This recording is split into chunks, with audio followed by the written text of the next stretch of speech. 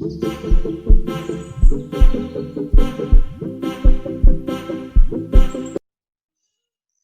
a pleasant evening from India and a very energetic morning to you, Stephanie Mearse, ma'am. Good morning. Good morning. And welcome to the second episode of Author Talkies. Oh, thank you. I'm excited to be here. Yeah. So, you are published author, a motivational speaker, and you have done podcasts and performed on radio channels too. And you have quite a degree in management administration. Wow, ma'am. Yeah. Okay, so I won't get into your career aspect now, as I need to interview in writer aspect. So let's start with your writing journey first. What was your writing journey? So believe it or not, I was very until about a year ago, I was very afraid to write anything, even posts on Facebook that were long, because I was always told that I wasn't a very good writer. And I also was told I wasn't a good speaker. And I was also told all these other really bad things. And it's really funny because about a year ago, after a hypnotherapy session, as well as kind of a decision, I just wanted to release all of everybody else's expectations and things that they were putting on me that I was holding on to that I didn't realize I was really holding on to until I let that go. And it's amazing because as soon as I let that go, I literally was like, I've had this book in my head for over 10 years, but I can't seem to write it. I have no idea like why I can't seem to write it. And then all of a sudden it was like pouring out of me. So I wrote out an entire outline basically and was like, this is what I want my book to be about. And it was what I was really passionate about, especially right at that moment, which was about women of perfection, perfectly imperfect, and how our world, we as women, have such high expectations of what we're supposed to do every single day, every single month, every single year, and how everything's supposed to be to this level of perfectionism that is like Pinterest perfect, you know? And so I wrote this book and it literally just like flowed out of me. I had the entire book written within a month and published in the next couple of months. And it was just amazing because it was a very different experience. I didn't really know what to expect, but it was really an eye-opening experience to see that, wow, I can write. It was wonderful. And I wrote my first book, had my first book published in November. And since then, this would be my fourth book in a year, less than a year. And that is a pretty amazing experience to let go of that fear and those expectations of other people to be able to write 4 books and a couple of them being Amazon bestsellers. I mean, that's pretty cool. So Yeah, that's really very cool, ma'am. That being the Amazon bestseller. Wow, that's really great to hear. Okay. So how did you get connected with the authors of Dark Secrets of 365 Days? yeah, so this has all been super new to me with the world of being an author and speaker and all of these things. And there's a couple of really great Facebook groups out there.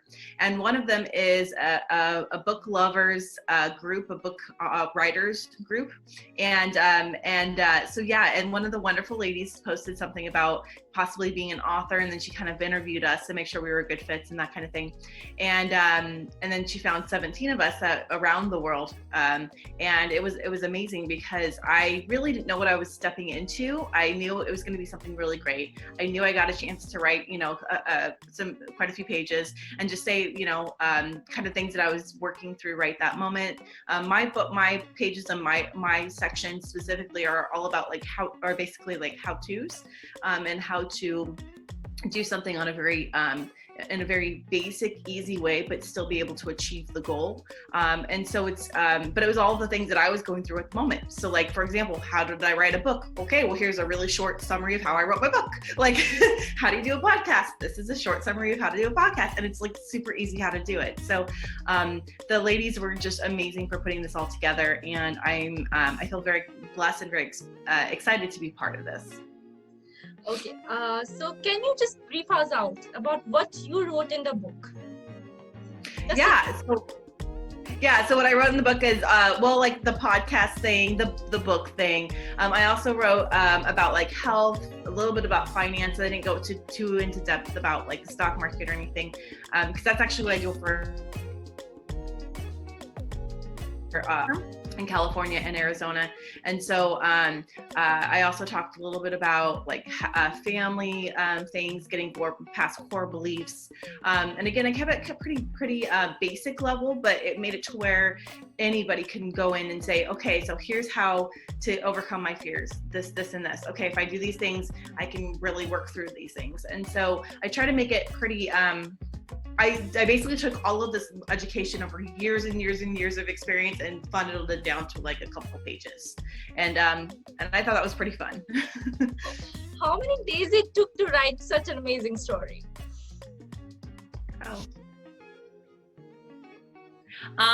So for this book, it took me, I think it ended up taking me about 2 weeks to do everything. I also work extremely fast in general, and I had somebody else edit it because I am not an editor. But I once it starts to kind of flow and I have an idea of what I want to say, it's amazing how fast I can get it onto the computer pretty quick. Okay, so from the previous interview sessions with other co-authors, I learned that you already given a month to choose. So that you can write upon that month. So what month did you choose? I chose February, and then I actually have another little section in the book too. I'm not sure which month it's in, but I'm in the month of February.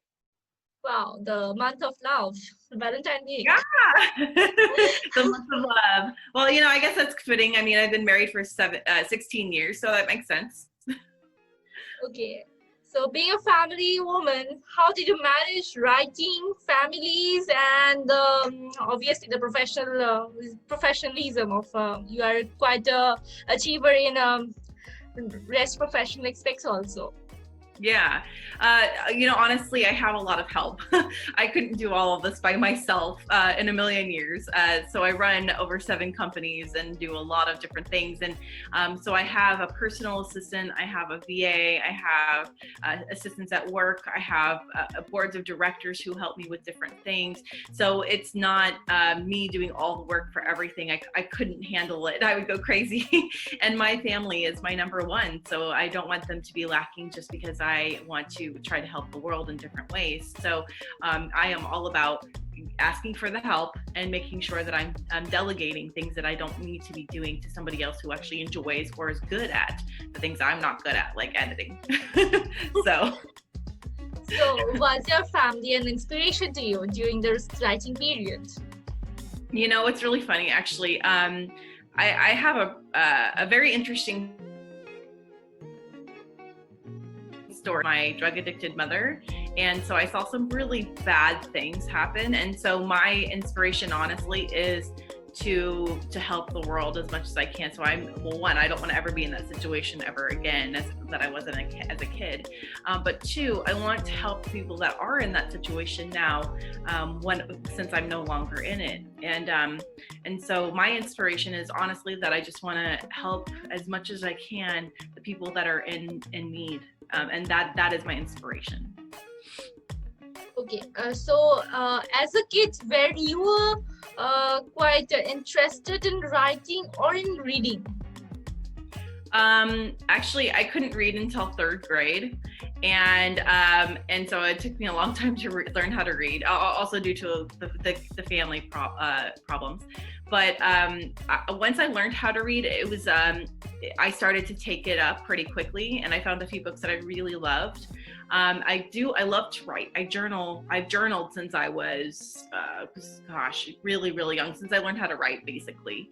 And so I've always journaled almost on a daily basis about kind of my thoughts, my feelings and stuff. And I think that's why writing came to me so quickly. Not because I read a lot, but because I journaled every single day about what I was feeling, what I was going through, things that would help me to overcome obstacles and see things from different perspectives. So I believe journaling really actually helped me to become a better writer. Great. So the journal has been the important part of your life since you were a kid. Yeah. Yeah, I never really thought of that until just now. But yeah, that's exactly what it is. I've journaled since I can remember. I actually have a journal from when I was like 6 or 7 years old. My So God, it's it was pretty, been a you while. were young then. Okay, so you're still continuing with the journal? Are you still Yes, continuing? yeah, I still journal pretty much every single day. If I don't get to it every single day, I still journal quite often. If something's really bothering me, that's kind of how I'm able to get it out and understand why something's bothering me and how to look at it from different perspectives. It's actually a different form of therapy for some people, and that for me, that's what it's been since I can remember. And that it really did help me become a better writer because I was able to process my thoughts and feelings in writing at an early age. Okay, so are you a quite social person, like involving with all these socialism stuffs, social media, plus you were involved in the church and the Chamber of Commerce. There are many things that you mentioned to me. So are you a quite social person? Yeah, I'm an extremely social person. So so some people are extroverted and some people are introverted. I'm an extreme extrovert. So if I can be in front of crowds that are thousands, I'm comfortable. If I can be in crowds that are thousands, I will make friends with half of the crowd. That is just my personality. I love being around people and it gives me energy. When I'm not able to be around people, doing Zoom still helps a lot to be able to get to know people and get a chance to talk, but unfortunately it's not the same kind of energy. But I love being out talking to people. I love getting a chance to help in the community as much as possible, and I love to help energize other people as well. Okay.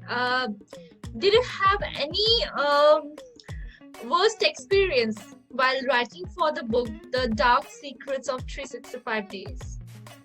Did I have any?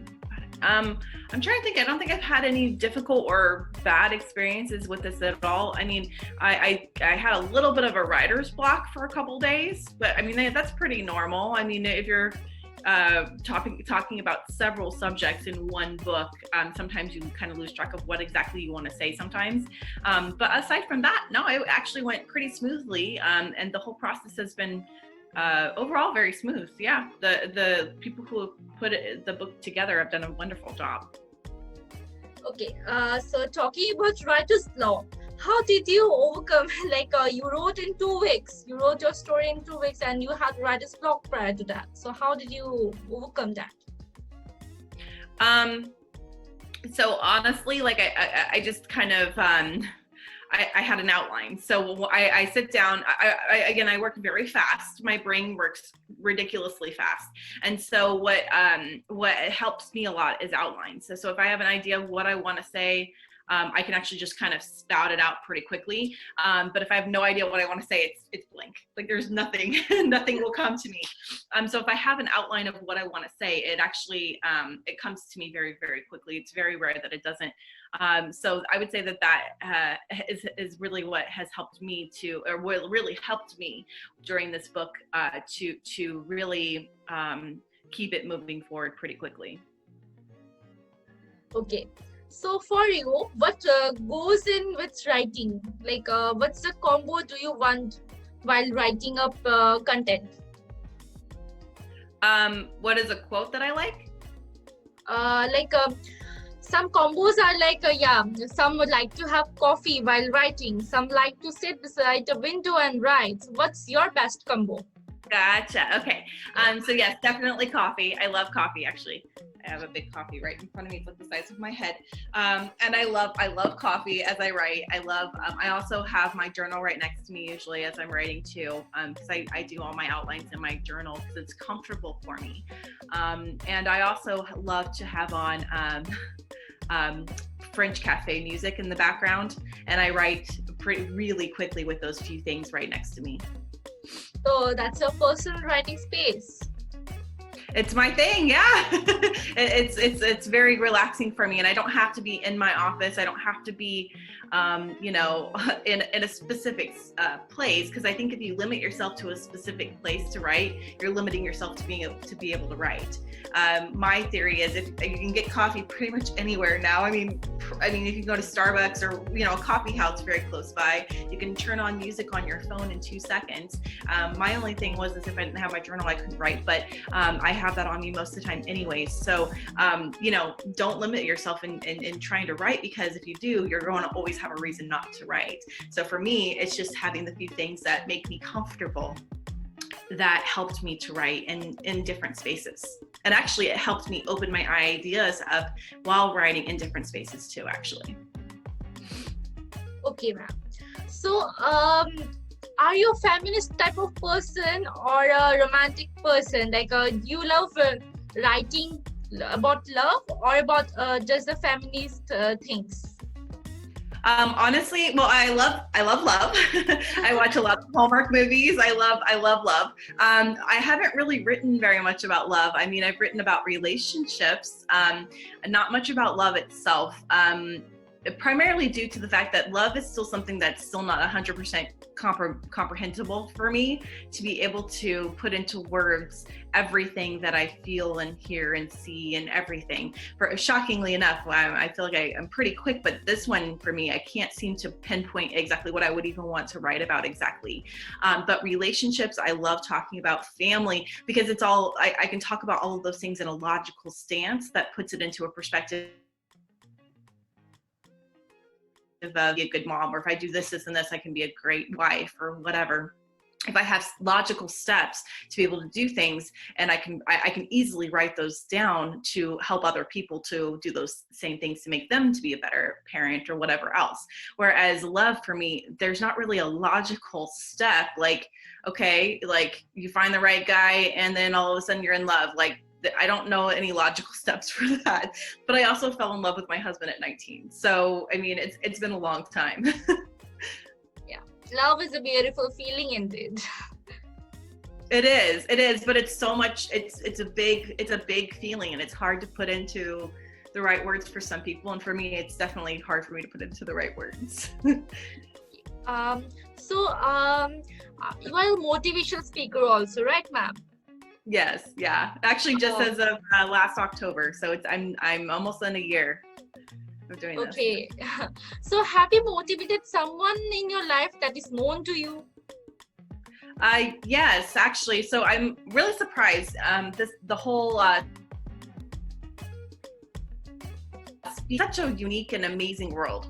And I, again, was always told that I wasn't a good speaker because I have a lisp, and so and many other things. And so when I decided, you know what, I'm not gonna put that on me anymore. I don't want to worry about this anymore. I just want to see if I can do this. I did my very first speech at a Rotarian meeting last year in October, and it was called "What Makes Your Soul Smile." And what was really great is I just talked about my story and told people how I feel about things, and just got up and talked because I love talking. It was amazing because I had one of the best responses. I mean, I had people crying and standing up and clapping, and like, it was crazy. And there was a lot of people in the room. And so it was very scary for me. And at the very end, I had several people approach me afterward saying, you know what, I went through something so much like this. Like, I need to talk to you about this. How did you overcome this? Or how did you do this? And what about this? And it was amazing because it wasn't me up there saying, look how amazing I am. It wasn't that at all. It was, look what I went through and you can do it too. You know, it was literally, hey, if I can go through like hell and back, you can do anything. And so it was such an amazing response that it was something that made me feel like, wow, I can do this. Like, I'm more than capable of doing this. And so I've done over 35 summits now around the world. I've done over 75 podcasts, other people's podcasts around the world. And all I do is speak about things that I've been educating myself about for years, or talk about my story and how if I can overcome being a child on the streets to a millionaire before 35. I mean, if I can do that, then anybody can do anything. And so that's what I really talk about, a lot of fear, a lot of overcoming core obstacles, core issues. And honestly, it's been one of the most rewarding experiences, because I've gotten so many calls, emails, voicemails. I mean, so many different things that of people saying, hey, thank you so much for your story. What did you think about this? Or how do you feel about that? Just since doing this. And I honestly I'm so thankful and surprised at the overwhelming response I've gotten back on doing this for the past year. Okay. So coming back to the book again, Mm-hmm. what was your feeling when being a co-author of the book? Like, what was your feeling when you saw the book cover after such a long time, after such a hard work? Yeah, I liked it. I thought it was beautiful. The cover, it was very it fit the book, I thought, pretty well. I really enjoyed the way it looked, and my feeling immediately was that's nice. It seems to make sense. I like it a lot. I'm not really I love art, but for me it was more of like that's perfect, like that sounds great, let's do it, so it was good. Okay. So did your story did justice to the title of the book? I think so, yeah. I mean, I genuinely believe that each day can have a secret, and each day that you unlock a new secret or learn something new. I mean, each and every day that you do, you're broadening who you are each and every day. And so this gives you an opportunity each day to learn something new, to do a new task, to try something different, and see things from different perspectives from around the world. Honestly, it's a pretty phenomenal opportunity to read this. Okay. So any upcoming book of yours? No, I'm actually going to be taking a break from writing books. I mean, this is my 4th one in a year, and I didn't plan on writing any books. So it's pretty cool. I'm going to take a little break for the next 3 months. And then from there, I think I'm going to write a few more books and go back into, obviously, a bigger public speaking arena. But right now, I'm just going to let myself sit and hang out with my family during the holidays, and just work my regular full-time job. And just kind of take some time to really evaluate, what do I want to write about? What am I passionate about right now? And I feel like once that passion comes through, then I think I'll know exactly what I want to write next, and then I'll feel passionate to write it. Okay. So are you more of a story person or a poem? Probably story. I like stories. I like to hear other people's stories about their lives. I love hearing about people's ideas. I love hearing about their perspectives. And in my opinion, each story has a different perspective and a different thought process. And I just love it. I love it. So any tips on story writing to all the story writers worldwide? A vision. What you're thinking about, and put into detail exactly what you're thinking. So for example, if you say, oh, I went to the store, and then I went to this, and I did, and then I went to the park, and the park was really beautiful, and then I went here, honestly, that's not a story. That's just telling people your agenda of what you did for the day. But if you said, oh, I went to the store, and the store was so packed full of people, and there was so much food on the shelf, and oh my gosh, all the winter stuff is coming out. So I saw, fall and all fall stuff coming out. I mean, if you put a vivid picture behind something and people can picture themselves being there, then you're doing a good job. Because then they can see and feel what you're feeling at that moment. And if you can make people feel how you're feeling, then you even more have a story that people can get behind. Okay. While writing a story, do we need to maintain a certain amount of professionalism while writing it out? I think that most people will overthink writing. So why I say that is because a lot of people want to write a book. A lot of people want to start businesses. A lot of people want to do certain things. The problem with that is people don't do them. They'll think, oh, I want to do these things. It's all a pipe dream. It doesn't need to be. just start writing, write something down. It doesn't have to be professional at first. That's why you have editing. That's why you can pay somebody to edit it properly. That's why you can, the biggest thing is getting your thoughts onto a piece of paper or onto a computer and making it into your own, and then have somebody else come back behind you and make it professional and make it, and of course reread what you've written, because sometimes it doesn't make sense. Make sure it does make sense, but more than anything, you have to take the first step and start writing. Yes. So being a writer also, would you be given a chance to write a story upon any celebrity, whom will you choose? Any celebrity? Oh gosh. I would probably choose Jessica Simpson. She's really entertaining to me. She's been somebody I've enjoyed since I was very young, because she came out when we're about the same age. And I did read her book, her most recent book, and it was wonderful. And hearing her story versus what I've always pictured her as was, just absolutely mind-boggling to think that she had gone through as much as she had when she always seemed so perfect, And so that's somebody I think would be really fun to interview and write a story about, because she there's so much more to her than what meets the eye. Okay. So who would be the first person you would like to gift the book when it comes out, The Dark Secrets of 365 Days? The first person I'd like to give it to is honestly, probably my aunt. My aunt and my uncle, they adopted me when I was very young, and so they always appreciate and love anything I write, or they're very supportive in this world. So I think I'll probably give that to them first, because I just know that they're going to love and appreciate that gesture for sure, and also the book itself. Okay. So any last piece of advice before concluding this session to all the writers? Absolutely. So my biggest takeaway from this today, my new friends, is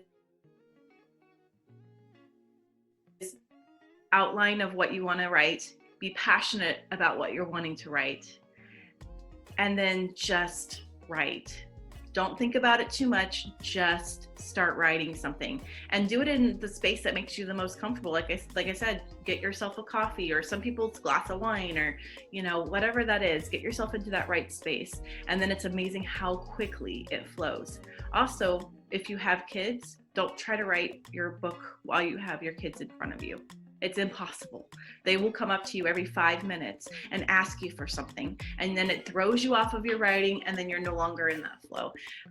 Wait till they go to bed and then write. Wake up early and start writing, and give yourself at least a couple of hours to genuinely get out pages, because not only will you be able to be in that flow, you'll be able to write so much so fast that you'll be like, wow, I just did that. Holy moly, I actually just wrote a whole entire chapter without even trying that hard. And as that comes through, and then don't go back and edit it yet, by the way, just keep writing. And then when you feel that you're finally done, that's when you go back through, edit your own work. And then I highly suggest, unless you're a phenomenal editor, go back and hire an editor. Because if you just take these first few steps, you can easily become an author. And publishing a book in today's society is so much easier than it was 20, 30 years ago, 50 years ago, because you don't have to have a publisher anymore. You don't have to do a lot of the things like that you didn't have to before. There's not those obstacles there anymore. You are more than capable of making this happen for yourself. And in my opinion, I say start today.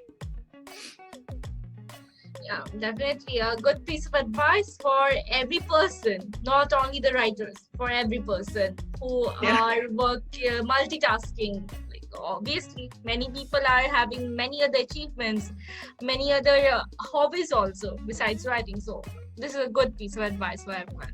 So you can just put over a beautiful promotional message for this upcoming book. Absolutely. So let's see here. Promotional message. I love that. I haven't never been asked to do that. So Please go ahead and get your copy today of this beautiful, amazing book from authors around the world, 17 authors.